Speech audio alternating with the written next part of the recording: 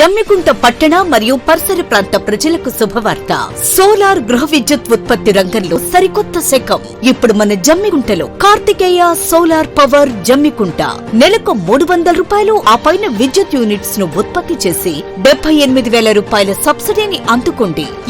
శాస్త్ర సాంకేతిక నైపుణ్యం పెరుగుతున్న కొద్దీ వస్తున్న టెక్నాలజీని ఉపయోగించుకొని కొత్త రకమైన యాప్లు రావడంతో సినిమా టాకీస్కు వెళ్లకుండా ఇంటి వద్దనే కూర్చుని సినిమాలు చూసే అవకాశం రావడంతో దశాబ్దాల తరబడి నడిచిన సినిమా టాకీస్లు మూతపడిపోతున్నాయి. జమ్మికుంట పట్టణంలో గతంలో 5 సినిమా టాకీసులు ఉండగా కాలక్రమమైన అతి పురాతనమైన రత్న కళామందిర్తో పాటు వెంకటేశ్వర కళామందిర్ మూతపడిపోయింది.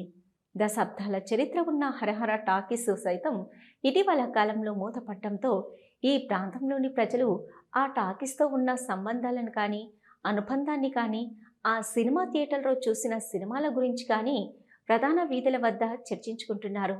హరిహర సినిమా థియేటర్ను దివంగత ఐతా మల్లయ్య ఆధ్వర్యంలో నిర్మించి ఏ విధమైన ఆటంకాలు లేకుండా దశాబ్దాల తరబడి ఆయన జీవించి ఉన్నన్ని రోజులు ప్రతినిత్యం నడిచిపోయింది. ఆయన మరణానంతరం ఆయన కుమారులు టాకీస్ వ్యవహారాలు చూసుకుంటున్నప్పటికీ రాను రాను సినిమాలు చూసేవారి సంఖ్య తగ్గిపోవడంతో పెట్టిన పెట్టుబడి సైతం రాకపోవడంతో సినిమాలను తీసుకొని వచ్చినప్పటికీ అవి సరిగా ఆడకపోవడంతో మూతవేయాల్సిన పరిస్థితి ఎదురయ్యాయి.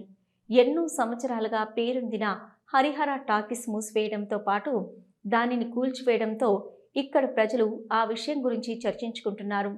ప్రస్తుతం జమ్మికుంటలో 2 థియేటర్లు మాత్రమే నడుస్తున్నాయి.